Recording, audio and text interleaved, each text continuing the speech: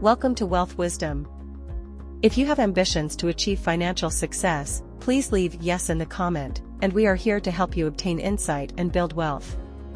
The book we are going to share today is The Power of Your Subconscious Mind by Joseph Murphy.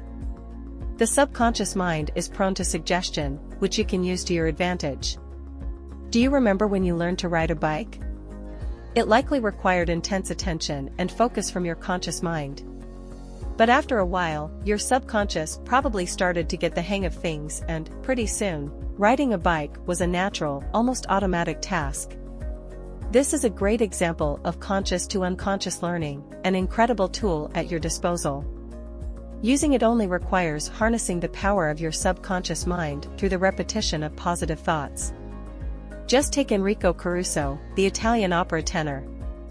In the late 19th century, he performed at famous opera houses throughout Europe and the United States.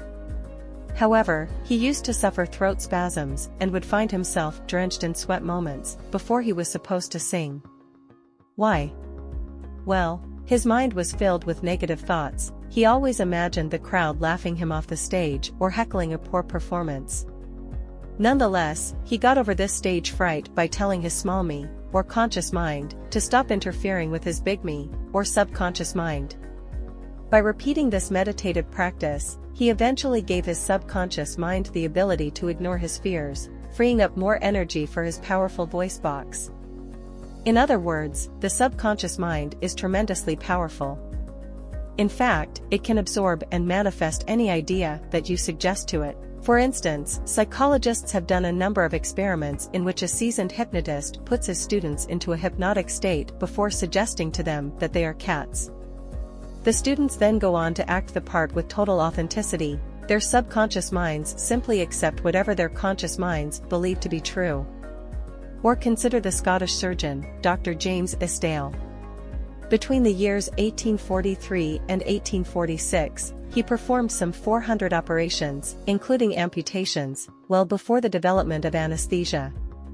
The mortality rate for his procedures was incredibly low, at just 2 or 3%, and it was all thanks to his technique of hypnotically suggesting to his patients that they would not contract an infection. This hypnotic tool was sufficient to prompt a response on the part of their subconscious minds and, in turn, their bodies. Before we continue, if you are interested in this topic, please consider subscribing and give us a thumb up. Let's continue. You can use the power of positive thinking and visualization to realize your dreams. Back in the 18th century, priests would heal the sick by convincing them that God would make them well. Incredibly, this approach often worked. But it wasn't the work of some mysterious deity. The subconscious mind was the real healer.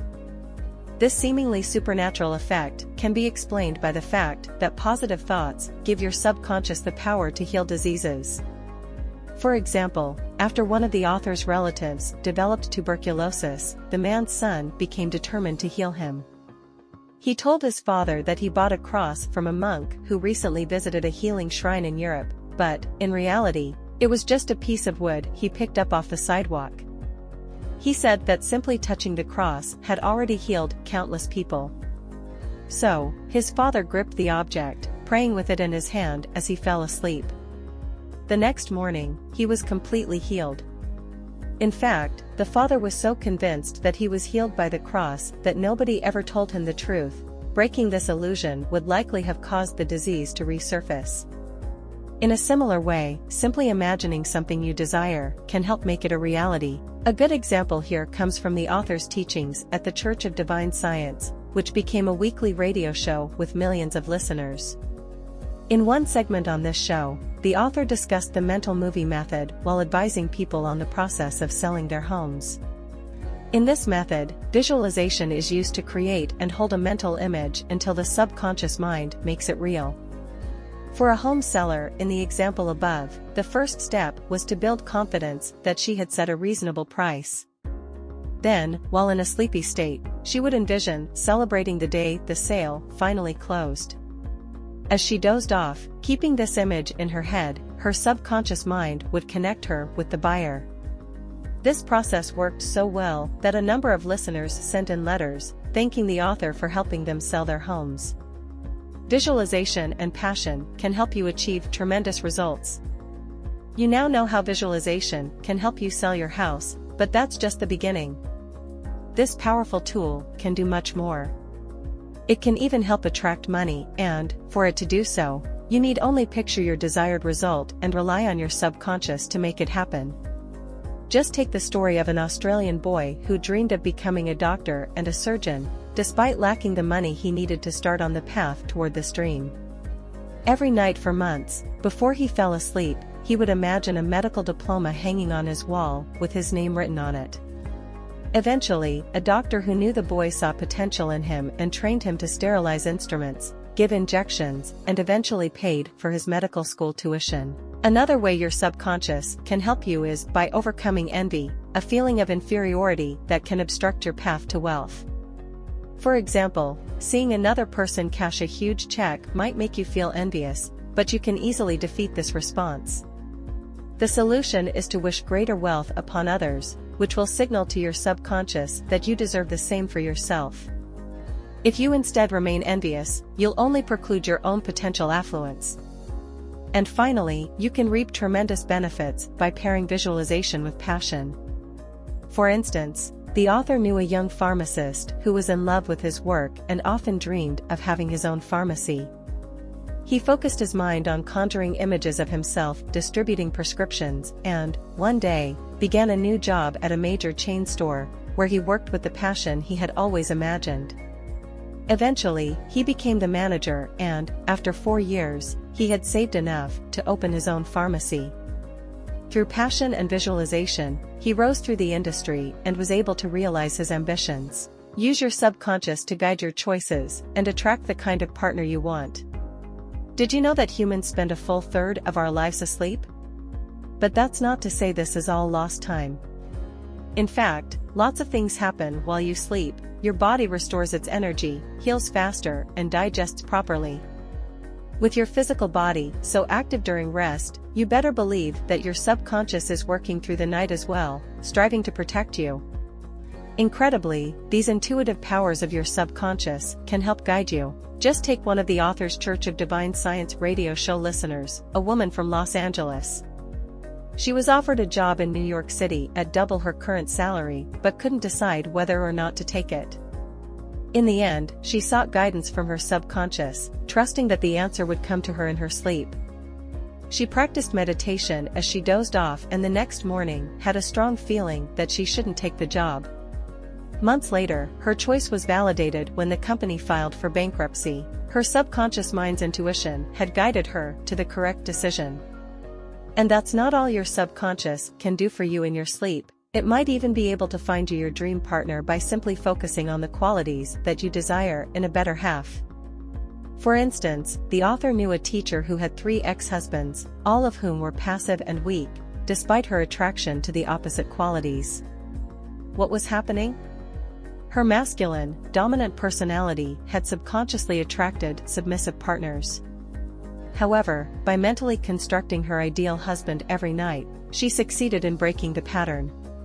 She took a job as a receptionist in a doctor's office and immediately knew that the physician was the healthy, successful man she had been imagining.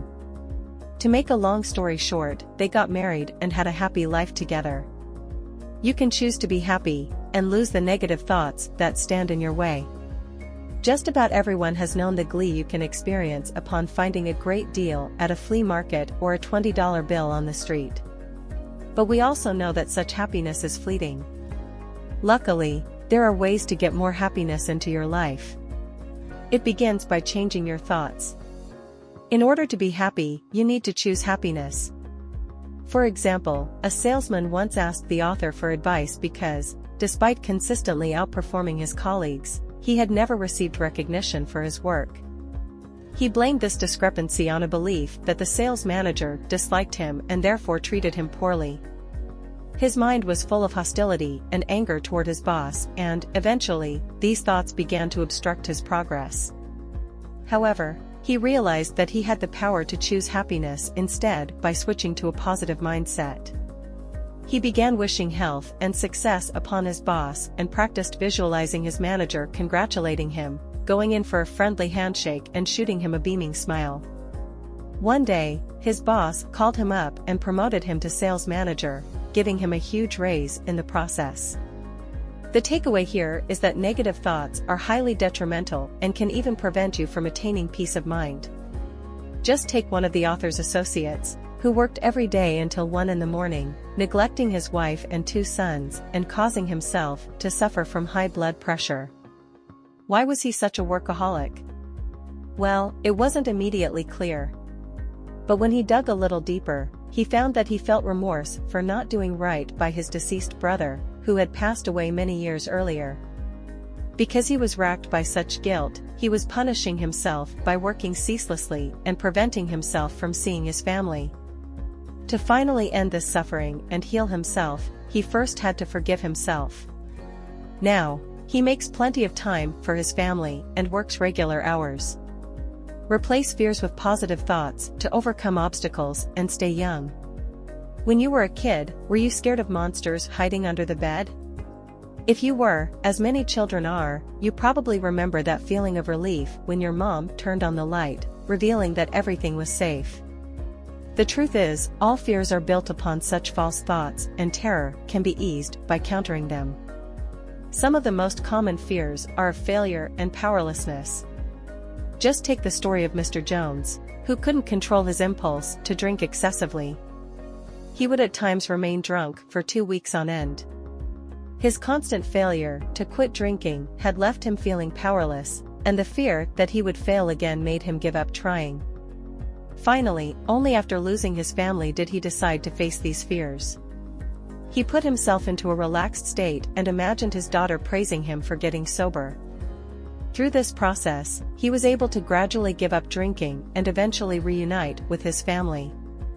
Another common fear is that of aging, which can also be overcome by modifying your thought processes. After all, you only age when you stop dreaming and learning new skills, which means staying young is really just about staying active.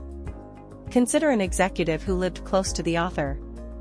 He retired at the age of 65 after spending the vast majority of his life studying and working. Rather than fearing his later years, he saw retirement as an opportunity to pursue the things he had always wanted to. He took photography classes, traveled the world taking photos, and eventually became a lecturer on the subject. His simple enthusiasm for this hobby drove him to continue learning, keeping him young at heart and prompting his mind and body to follow suit. Or take the author's father who, at 65, learned French and became a specialist on the language by the age of 70. After that, he studied Gaelic, teaching the language until his death at the ripe age of 99. That's the end of today's sharing. If you like our content, please give us a thumb up and share it with your friends. See you next time.